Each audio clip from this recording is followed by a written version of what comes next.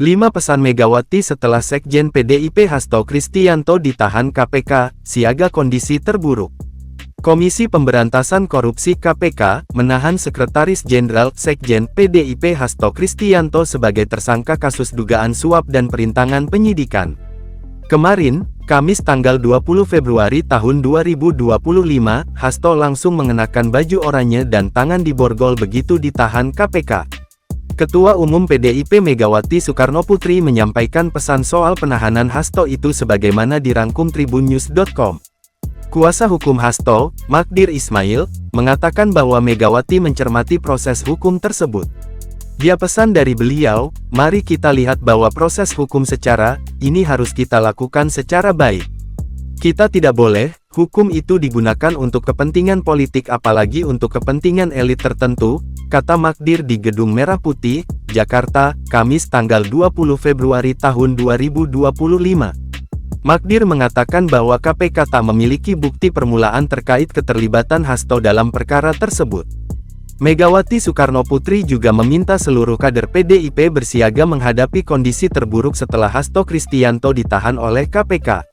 Pesan Ketua Umum kepada seluruh kader dan simpatisan PDI dari Sabang sampai Merauke.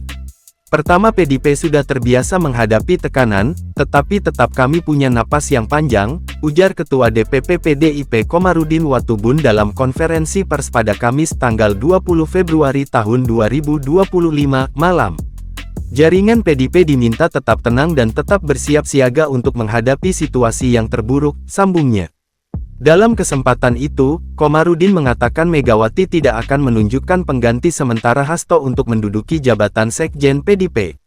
Sebab Megawati akan langsung turun tangan untuk mengambil alih komando partai, terhitung sejak Hasto resmi ditahan KPK.